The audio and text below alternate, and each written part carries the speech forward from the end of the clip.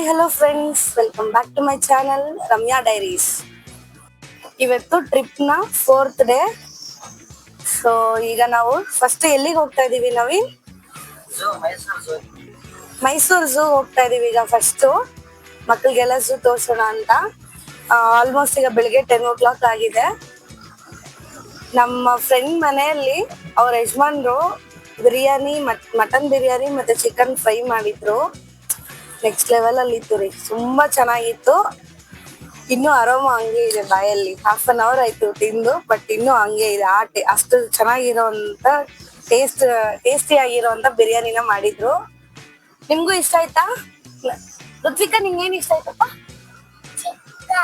ಹೌದಾ, ನಿಮ್ಗೆ ವಿನುತಾ? ಬಿರಿಯಾನಿನ ಇಲ್ಲಿ ನೋಡಿಲ್ಲಿ, ಬಿರಿಯಾನಿ ಇಷ್ಟ ಆಯ್ತಾ? ಥ್ಯಾಂಕ್ಸ್ ಹೇಳ್ದಾ? ಹೌದಾ, ತುಂಬಾ ಅಂದ್ರೆ ತುಂಬಾ ಚೆನ್ನಾಗಿತ್ತು. ಸೊ ಈಗ ಬೆಳಗ್ಗೆನೆ ಫಸ್ಟ್ ನಾವು ಚೆನ್ನಾಗಿ ಎನರ್ಜಿ ತಗೊಂಡಿದೀವಿ. ಈಗ ಅದನ್ನೆಲ್ಲ ಕಳ್ಸೋದಕ್ಕೆ ಅಂತ ಝೂ ಹೋಗ್ತಾ ಇದೀವಿ. ನೋಡೋಣ ಝೂ ಒಳಗಡೆ ಮೇ ಬಿ ಗೊತ್ತಿಲ್ಲ ಫೋಟೋಗ್ರಫಿ ಇರುತ್ತಾ ಇಲ್ವಾ ಅಂತ. ಇದ್ರೆ ಶೂಟ್ ಮಾಡೋಣ, ಇಲ್ಲ ಅಂತಂದ್ರೆ ಜಸ್ಟ್ ಫೋಟೋಸ್ ಏನಾದ್ರು ಆದ್ರೆ ತಗೋಬಹುದು ಅನ್ಸುತ್ತೆ. ತುಂಬಾ ದಿನ ಆಯ್ತು ಬಂದು ಝೂಗೂ ಕೂಡ. ಆಲ್ಮೋಸ್ಟ್ ಮೈಸೂರ್ಗ್ ಬಂದು ತುಂಬಾ ಒಂದು 2-3 years ಮೇಲೆ ಆಗಿದೆ. ಸೊ ಈಗ ಅದಕ್ಕೆ ಮಕ್ಳಿಗೂ ಎಲ್ಲ ತೋರ್ಸೋಣ ಅಂತ ಕರ್ಕೊಂಡ್ ಬಂದಿರೋದು. ನೋಡೋಣ ಹೆಂಗಿರುತ್ತೆ ಅಂತ. ಸೊ ನಾವೇನೇನ್ ನೋಡ್ತೀವಿ ಅದನ್ನೆಲ್ಲ ನಿಮ್ಗೂ ಕೂಡ ವಿಡಿಯೋ ಮುಖಾಂತರ ತೋರಿಸ್ತಾ ಬರ್ತೀವಿ. ವ್ಲಾಗ್ನ ಎಂಜಾಯ್ ಮಾಡಿ. ಸಂಡೇ ಆಗಿರೋದ್ರಿಂದ ಮೈಸೂರು ಝೂ ಕೂಡ ಸ್ವಲ್ಪ ರಶ್ ಆಗೇ ಇತ್ತು. ಬಟ್ ಎಲ್ಲಿ ನೋಡಿದ್ರು ಕೂಡ ತುಂಬಾ ನಮ್ಗೆ ಕೇರಳಿಯನ್ಸೇ ಕಾಣಿಸ್ತಾ ಇದ್ರು. ಅಲ್ಲೆಲ್ಲ ತುಂಬಾ ಜನ ವೆಕೇಶನ್ಗೆ ಈ ಕಡೆ ಬಂದಿದ್ದಾರೆ ಅನ್ಕೋತೀನಿ ನಾನು. ಮಕ್ಕಳಿಗೆ ಈಗ ಝೂನ ತೋರಿಸ್ತಾ ಅವ್ರಿಗೆ ತಲೆಗೆ ಬರುವಂತ ಎಲ್ಲ ಪ್ರಶ್ನೆಗಳು ಉತ್ತರನೂ ಕೊಡ್ತಾ ಮುಂದಕ್ಕೆ ಸಾಗೋಣ ಬನ್ನಿ. ಇಷ್ಟು ಪ್ರಾಣಿಗಳನ್ನ ನೋಡಿದ್ವಿ, ಯಾವ ಪ್ರಾಣಿನೂ ಆಕ್ಟಿವ್ ಆಗಿಲ್ಲ, ಎಲ್ಲ ಮಲಗ್ಬಿಟ್ಟಿದೆ ಬಿಸಿಲಿಗೆ ಅನ್ಕೋತೀನಿ. ಮೇ ಬಿ ಚೆನ್ನಾಗಿ ಊಟ ಹಾಕಿರ್ತಾರೆ, ನೆಮ್ಮದಿಯಾಗಿ ಮಲಗಿದೆ. ಅವು ಒಂದು ಫೋಸ್ ಕೊಡ್ಲಿಲ್ಲ, ನಮ್ಮ ಫೋಟೋಗೂ ಫೋಸ್ ಕೊಡ್ಲಿಲ್ಲ, ಈ ಜನಕ್ಕೂ ಫೋಸ್ ಕೊಡ್ಲಿಲ್ಲ, ಎಲ್ಲ ಮಲಗಿದಾವೆ.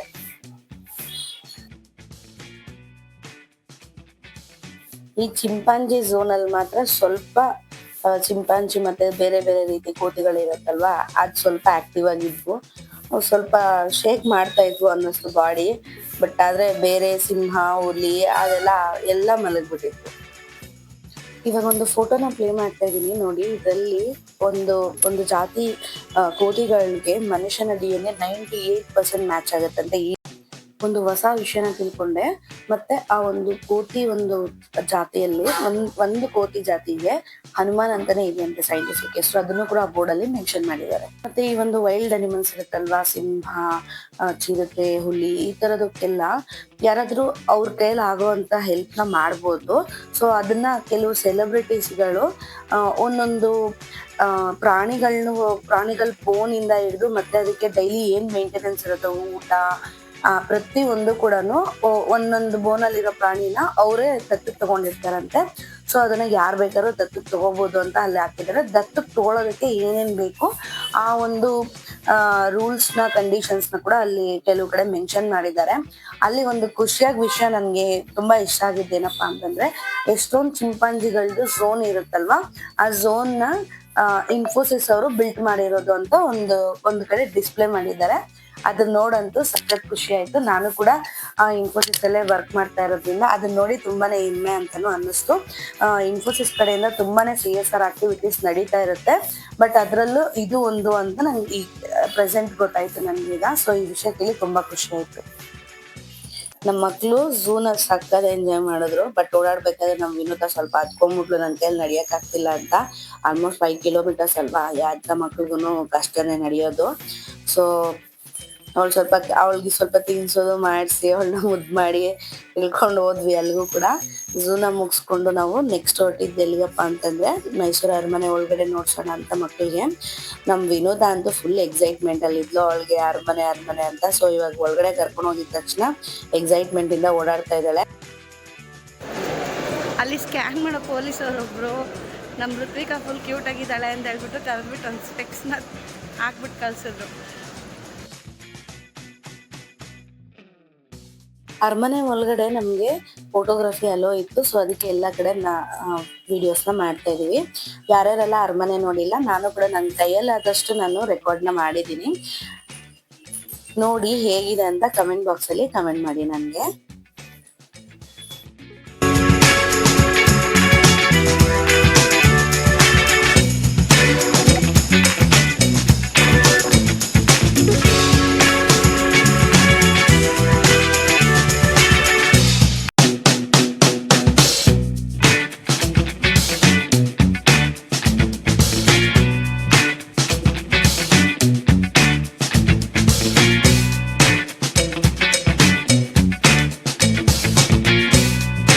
ಎಂಟ್ರೆನ್ಸ್ ಅಲ್ಲೇನೆ ಸ್ವಲ್ಪ ಒಳಗ್ ಬರ್ತಾ ನಿಮ್ಗೆ ಎಲ್ಲಾ ಕಡೆ ಪೇಂಟಿಂಗ್ಸ್ ನ ಹಾಕಿರ್ತಾರೆ. ನೆಕ್ಸ್ಟ್ ಲೆವೆಲ್ ಅಲ್ಲಿದೆ ಪೇಂಟಿಂಗ್ಸ್. ನಿಜ ಈ ಒಂದು ಪೇಂಟಿಂಗ್ ಹಾಕಿರೋರ್ನ ಕೈಗಳಿಗೆ ನಮಸ್ಕಾರ ಅಂತಾನೆ ಹೇಳ್ಬೋದು. ತುಂಬಾ ಅಂದ್ರೆ ತುಂಬಾ ಚೆನ್ನಾಗಿ ಮಾಡಿದ್ದಾರೆ. ಆ ಕಾಲದ ಫೋಟೋಗ್ರಫಿ ಎಲ್ಲ ಇಲ್ವಲ್ಲ, ಪ್ರತಿ ಸರಿ ನಾವ್ ಅರಮನೆಗೆ ಬಂದಾಗ್ಲೂ ಕೂಡ ನಾವೀಗ ಹೊಸದಾಗೆ ನೋಡ್ತಾ ಇದೀವಿ ಅನ್ನೋ ಅಷ್ಟು ಒಂದು ಡಿಫ್ರೆಂಟ್ ಆಗಿ ಅನ್ಸುತ್ತೆ ನಮ್ಗೆ. ತುಂಬಾ ಸರಿ ಬಂದಿದೀವಿ ನಾವು ಪ್ಯಾಲೇಸ್ ಒಳಗಡೆಗೆ. ನಾವ್ ಮಕ್ಳು ಇದು ಬೇಸಿಗೆ ಕಾಲ ರಜಾ ಇರುತ್ತಲ್ವಾ, ಹಾಗೆಲ್ಲ ಪ್ರತಿ ಸರಿ ಬರ್ತಿದ್ವಿ. ನಮ್ ವಿನುತಾ ಅಂತೂ ಅಲ್ಲಿ ಒಬ್ರು ಗೈಡು ಯಾರೋ ಫಾರಿನರ್ಸ್ಗೆ ಸ್ವಲ್ಪ ಎಕ್ಸ್ಪ್ಲೈನ್ ಮಾಡ್ತಾ ಇದ್ರು ಈ ಪೇಂಟಿಂಗ್ ಏನು, ಮತ್ತೆ ಈ ಗೋಡೆಗಳ ಮೇಲೆ ಹಾಕಿರುವಂತ ಪೇಂಟಿಂಗ್ ಟೇಲ್ಸ್ ಪ್ರತಿಯೊಂದ್ರ ಬಗ್ಗೆನೂ ಎಕ್ಸ್ಪ್ಲೈನ್ ಮಾಡ್ತಿದ್ರೆ ನಮ್ ವಿನುತಾ ಅವರಿಂದಾನೇ ಓಡಾಡ್ತಾ ಇದ್ಲು. ಅಲ್ಲಿ ಏನ್ ಕೇಳ್ತಾಳ ನನ್ನ ತಗೊಂಬಂದ್ ನನ್ಗೆ ಈ ತರ ಅಂತೆ ಚಿಕ್ಕಮ್ಮ, ಆ ತರ ಅಂತೆ ಚಿಕ್ಕಮ್ಮ ಅಂತ ಹೇಳ್ತಾ ಇದ್ಲು. ಅವಳಿಗೆ ಫುಲ್ ಅದು ಕೇಳೋದೆಲ್ಲ ಇಷ್ಟ ಆಯ್ತು ಅಂತ ನನ್ಗೆ ಅನ್ನಿಸ್ತು. ಈ ಒಂದು ಆಂಟಿಕ್ ಪೀಸ್ಗಳೆಲ್ಲ ಒಂದು ರಾಜ್ಯದಿಂದ ಇನ್ನೊಂದು ರಾಜ್ಯಕ್ಕೆ ರಾಜರುಗಳು ಹೋದಾಗ ಅವರು ಒಂದು ಸಣ್ಣ ಉಡುಗೊರೆ ಅಂತ ಕೊಡ್ತಿದ್ರಂತೆ. ಇದೆಲ್ಲ ಬೇರೆ ಬೇರೆ ರಾಜ್ಯಗಳಿಗೆ ಹೋದಾಗ ಮೈಸೂರು ಮಹಾರಾಜರಿಗೆ ಕೊಟ್ಟಿರುವಂತ ಉಡುಗೊರೆ ಅಂತ ಅಲ್ಲಿ ಹಾಕಿದ್ದಾರೆ.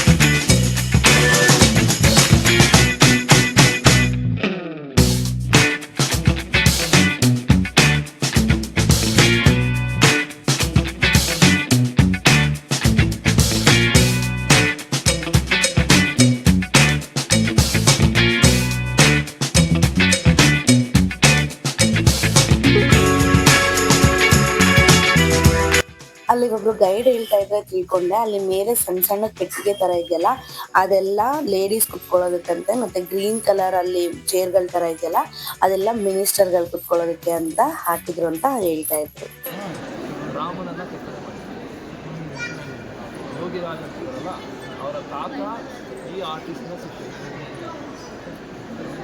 ಮೈಸೂರಿಗೂ ಅಯೋಧ್ಯೆಗೂ ಎಲ್ಲಿಂದಲೇ ಕರೆಕ್ಟ್. ಓಕೆ, ಅದು ಮೈಸೂರಿಂದನೇ ಕಲ್ಲೋಗ್ಬೇಕಾ?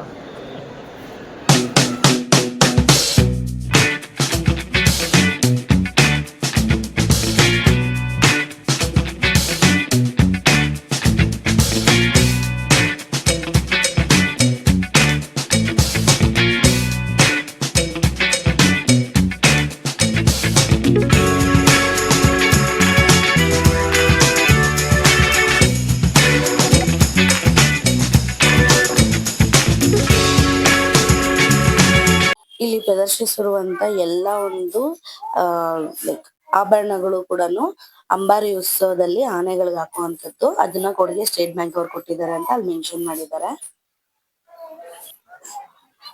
ಮೈಸೂರ್ ಪ್ಯಾಲೇಸ್ ಹೆಂಗಿತ್ತಮ್ಮ ಒಳಗಡೆ? ಮೈಸೂರ್ ಪ್ಯಾಲೇಸ್ ಒಳಗಡೆ ನೋಡ್ಕೊಂಡು ಈಗ ಮನೆಗೆ ಹೊರಡ್ತಾ ಇದೀವಿ. ಇನ್ನೇನ್ ಸ್ಟಾರ್ಟ್ ಆಗ್ತಾ ಇದೀವಿ. ಆಲ್ರೆಡಿ ಇವಾಗ 3 o'clock ಆಗಿದೆ. ಸೊ ಇವಾಗ ಸ್ಟಾರ್ಟ್ ಆಗ್ತಾ ಇದೀವಿ. ರೀಚ್ ಆಗೋ ಅಷ್ಟರಲ್ಲಿ ಮೇ ಬಿ ಒಂದು 8-8:30 ಆಗ್ಬಿಡುತ್ತೆ ಅನ್ಸುತ್ತೆ. ಬೆಂಗಳೂರು ಟ್ರಾಫಿಕ್ ಜಾಸ್ತಿ ಇರುತ್ತಲ್ವಾ ಅದಕ್ಕೆ. ಸೊ ಆಲ್ರೆಡಿ ಝೂ ಅಲ್ಲಿ ನಡೆದು ಆಲ್ರೆಡಿ ಸಾಕಾಗ್ಬಿಟ್ಟಿದೆ.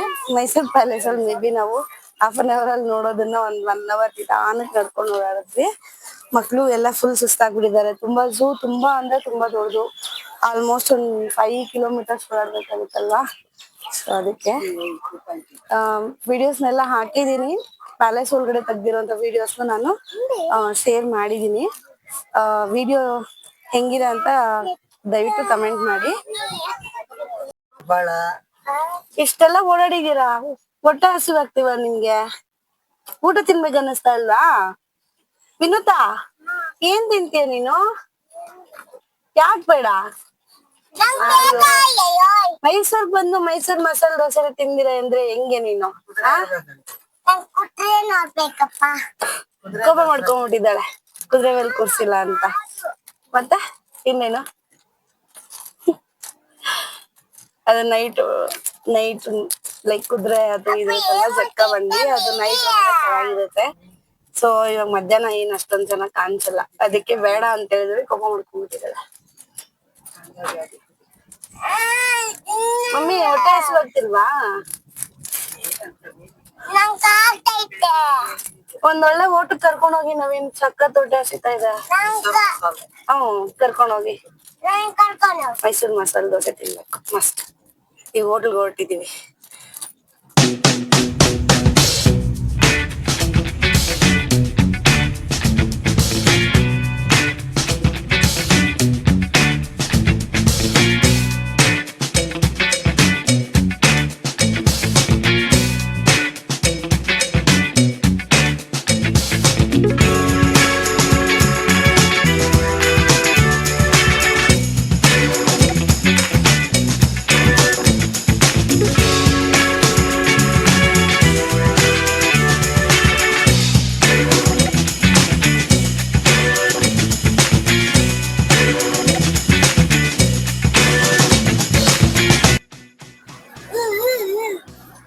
ಮಸಾಲೆ ದೋಸೆನ ತಿಂದು ಈಗ ನಮ್ಮೂರ್ ಕಡೆ ಹೊರಟಿದೀವಿ.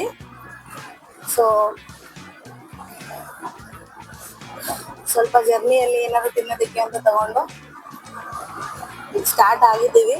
ಇನ್ನೂ ಸ್ವಲ್ಪ ಲೇಟ್ ಆಗುತ್ತೆ, ಒಂದು 8:39 ಆಗ್ಬೋದು. ಮೈಸೂರು ಟು ಬೆಂಗಳೂರು ಫ್ಲೈಓವರ್ ಇರೋದ್ರಿಂದ ಆಲ್ಮೋಸ್ಟ್ ಒಂದು 2 hours ಆಗುತ್ತೆ ಬೆಂಗಳೂರು ರೀಚ್ ಆಗೋದಕ್ಕೆ. ನಾವು ಚಿಕ್ಕ ಮಕ್ಳಲ್ಲೆಲ್ಲ ಬರ್ಬೇಕು ಅಂತಂದ್ರೆ ಮಿನಿಮಮ್ 4 hours, ಟ್ರೈನಲ್ಲಿ ಬಂದ್ರೆ 4.5 5 hours ಆಗೋದು ಬೆಂಗಳೂರಿಂದ ಮೈಸೂರಿಗೆ ಬರ್ಬೇಕಾದ್ರೆ. ಬಟ್ ಇವಾಗ ಈ ಫ್ಲೈಓವರ್ ಇರೋದ್ರಿಂದ 2 hours ರೀಚ್ ಆಗ್ತಾ ಇದೀವಿ ಅಂತಂದ್ರೆ ಸಖತ್ ಖುಷಿ ಆಗುತ್ತೆ. ಆದ್ರೆ ಸ್ವಲ್ಪ ಕಾಸ್ಟ್ಲಿ ಅಂತ ಅನ್ನಿಸ್ತು. ನಮ್ಮ ಮನೆಯವ್ರು ಹೇಳ್ತಾರಂತೆ ನೋಡಿ, ಆದ್ರೆ ಸೇಫ್ ಆಗಿ ಡ್ರೈವ್ ಮಾಡಬೇಕು, ಇಲ್ಲಾಂದ್ರೆ ತುಂಬಾ ತೊಂದರೆ ಆಗುತ್ತೆ. ಸೇಫ್ ಆಗಿ ಹೋಗ್ಬೇಕು, 80-100 ಒಳಗಡೆ ಇರಬೇಕು, ಜಾಸ್ತಿ ಅಂತೂ ಹೋಗ್ಬಾರ್ದು. ಯಾಕಂದ್ರೆ ಹೆವಿ ಡೇಂಜರ್ ರೋಡ್ ಇದು, ರೋಡ್ ಚೆನ್ನಾಗಿದೆ. ಈಗ ಬರ್ತಾ ಇರ್ಬೇಕಾದ್ರೂ ಅಷ್ಟೇ ಆಲ್ರೆಡಿ ಒಂದು ಆಕ್ಸಿಡೆಂಟ್ ಆಗಿತ್ತು. ಸೊ ಸ್ಪೀಡ್ ಲಿಮಿಟ್ ನ ಆದಷ್ಟು ನೀವು ಮೇಂಟೈನ್ ಮಾಡ್ಕೊಂಡು ಹೋಗೋದು ಒಳ್ಳೇದು. ರೋಡ್ ಚೆನ್ನಾಗಿದೆ ಅಂತ ಹೇಳಿ ತುಂಬಾ ಫಾಸ್ಟ್ ಆಗಿ ಹೋಗಿ, ಅಷ್ಟೊಂದು ಫಾಸ್ಟ್ ಆಗಿ ಹೋಗಿ ಏನು ಮಾಡುವಂತದಂತೂ ಏನು ಇರಲ್ಲ. ಏನಕ್ಕೆ ಹಂಗ್ ಸ್ಪೀಡ್ ಆಗಿ ಹೋಗಿ ಹಂಗ್ ಜೀವ ಕಳ್ಕೊತಾರೋ ಗೊತ್ತಿಲ್ಲ. ಈಗಂತೂ ಒಂದು ಆಕ್ಸಿಡೆಂಟ್ ನೋಡಿ ಸಖತ್ ಬೇಜಾರಾಯ್ತು. ಅವ್ರ ಮನೆಯವ್ರು ಕಾಯ್ತಾ ಇರ್ತಾರಲ್ವಾ ಬರ್ತಾರೆ ಅಂತ. ಸೊ ಅದಕ್ಕೆ ಸ್ವಲ್ಪ ನಿಧಾನಕ್ಕೆ ಹೋಗೋದು ಒಳ್ಳೇದು. ತುಂಬಾ ಫಾಸ್ಟ್ ಆಗಿ ಹೋಗ್ತಾರೆ ಸ್ವಲ್ಪ ವೆಹಿಕಲ್ಸ್. ಇಲ್ಲಿ ಅಲ್ಲಿಗೂ ಕೂಡ ಕ್ಯಾಪ್ಚರ್ ಆಗುತ್ತಲ್ವಾ, ಇಲ್ಲಿ ಕ್ಯಾಪ್ಚರ್ ಆಗುತ್ತೆ ಇಲ್ಲಿ 100 ಕಿಲೋಮೀಟರ್ ಸ್ಪೀಡ್ ಮೇಲೆ ಹೋದ್ರೆ. ಸೊ ಆದಷ್ಟು ಸ್ಲೋ ಆಗಿ ಹೋಗಿ, ಸೇಫ್ ಆಗಿ ಹೋಗಿ.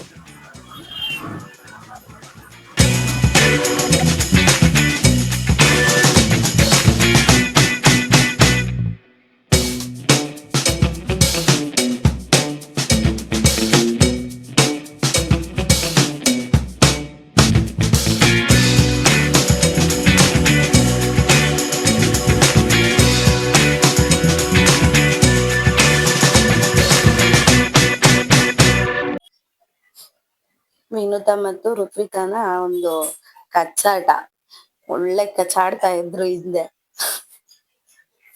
ವಿಡಿಯೋ ಮಾಡ್ತಾ ಇದ್ದೀನಿ ಅಂತ ಅವ್ರಿಗೆ ಗೊತ್ತಾಗ್ಲಿಲ್ಲ, ಅವ್ರೊಂದು ಫ್ಲೋ ಅಲ್ಲಿ ಇದ್ರು. ನಾನು ಯಾವಾಗ ವಿಡಿಯೋ ಮಾಡ್ತಾ ಇದ್ದೀನಿ ಅಂತ ಗೊತ್ತಾಗಿದ ತಕ್ಷಣ ಪಟ್ಟಂದ ನಿಲ್ಲಿಸ್ಬಿಟ್ರು ಕಚ್ಚಾಡೋದನ್ನ.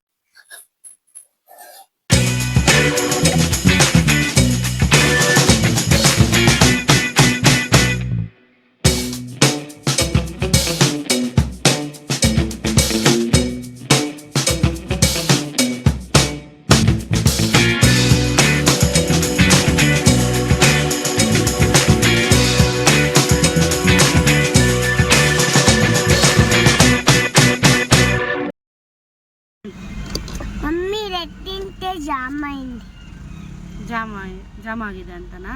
ಯಾವ ಕಲರ್ ಇರಬೇಕು? ಗ್ರೀನ್. ರೆಡ್ ರೆಡ್ ಇದ್ರೆ ಜಾಮ್, ಗ್ರೀನ್ ಇದ್ರೆ ಹೋಗೋದಾ? Okay okay. ಏನ್ ಟ್ರಾಫಿಕ್ ರೂಲ್ಸ್ ಎಲ್ಲ ಜಾಸ್ತಿ ತಿಳ್ಕೊಂಡ್ಬಿಟ್ಟಿದೀಯಾ?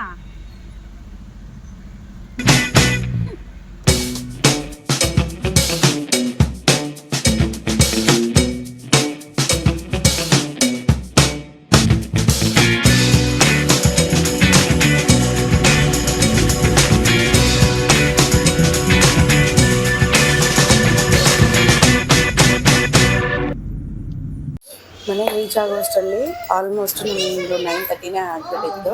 ಸೊ ಅಕ್ಕ ಇಟ್ಕೊಂಡು ನೀವೇನು ಅಡುಗೆ ಮಾಡ್ತೀರಾ, ಇನ್ನು ಹೋಗಿ ಬಂದು ಇಲ್ಲೇ ಊಟ ಮಾಡ್ಕೊಂಡು ಹೋಗಿ ಅಂತ ಚಪಾತಿ ಮತ್ತೆ ಬೀಟ್ರೋಟ್ ಪಲ್ಯನ ಮಾಡಿದ್ಲು. ನಮ್ಮ ಭಾವ ಅಂತೂ ಫಸ್ಟ್ ಮಕ್ಕಳು ನೋಡಿದ ತಕ್ಷಣ ಏನೋ ತಿನ್ನಕ್ಕೆ ಏನು ಕೊಡ್ಸೋಣ ಅಂತ ಹೇಳ್ತಾರೆ. ಅವ್ರಿಗೆ ಹೇಳೋಂಗಿಲ್ಲ, ಸುಮ್ಮನೆ ಇರೋಂಗಿಲ್ಲ. ಚಾಕ್ಲೇಟ್ ಬಿಸ್ಕೆಟ್ ಅಂತ ಬೇಜಾನ್ ಕೊಡಿಸ್ತಾ ಇರ್ತಾರೆ. ಬರೀ ತಿನ್ನೋದೇ, ಇನ್ನೂ ಇರಲ್ಲ. ಅವ್ರ ದೊಡ್ಡಪ್ಪನ ನೋಡಿದ ತಕ್ಷಣ ಸ್ಟಾರ್ಟ್ ಆಗ್ಬಿಡುತ್ತೆ ತಿನ್ಬೇಕು ಅಂತ. ಸೊ ಅಲ್ಲಿಂದ ಮತ್ತೆ ನಾವು ಊಟ ಮಾಡ್ಕೊಂಡು ನಮ್ಮ ಮನೆಗೆ ಹೋಗಿ ಲಗೇಜಸ್ನೆಲ್ಲ ಮತ್ತೆ ಫಸ್ಟ್ ಫ್ಲೋರ್ಗೆ ತಗೊಂಡೋಗು ಮನೇಲಿ ಇರೋ ಅಷ್ಟರಲ್ಲಿ 11 ಆಗೋಗಿತ್ತು. ನಮ್ಮನೆಯವರು ಕಾರ್ ಪಾರ್ಕಿಂಗ್ ಮಾಡಿ ಬರೋ ಅಷ್ಟರಲ್ಲಿ ನನ್ನ ಸಾಮಾನೆಲ್ಲ ನಾನು ಅಮ್ಮ ಸೇರಿ ಇಬ್ರು ಮೇಲೆ ತಗೊಂಡೋಗಿಟ್ಬಿಟ್ವಿ. ಇನ್ ಟ್ರಿಪ್ಪಿಂದ ಬಂದ್ಮೇಲೆ ಆ ಬಟ್ಟೆನೆಲ್ಲ ಹೋಗ್ತು ಅದನ್ನ ಅದ್ರ ಜಾಗ ಸೇರ್ಸೋವರ್ಗು ಎಲ್ಲ ಹೆಂಗೆ ಕಚ್ಚಿ ಪಿಚ್ಚಿ ತರಾನೇ ಇರುತ್ತೆ. ಸೊ ಟ್ರಿಪ್ಪಿಂದ ಬಂದ್ಮೇಲೆ ಒಂದಿನ ಬೇಕು ಎಲ್ಲ ಮತ್ತೆ ಸೆಟ್ರೇಟ್ ಆಗೋದಿಕ್ಕೆ.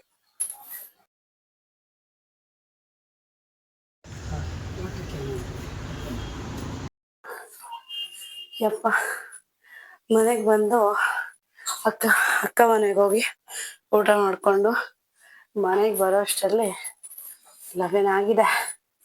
ಸೊ ಈಗ ಫಸ್ಟ್ ಮಾಡಬೇಕು. ಸೊ ಈ ವ್ಲಾಗ್ನ ನಾನು ಇಲ್ಲಿಗೆ ಎಂಡ್ ಮಾಡ್ತಾ ಇದ್ದೀನಿ.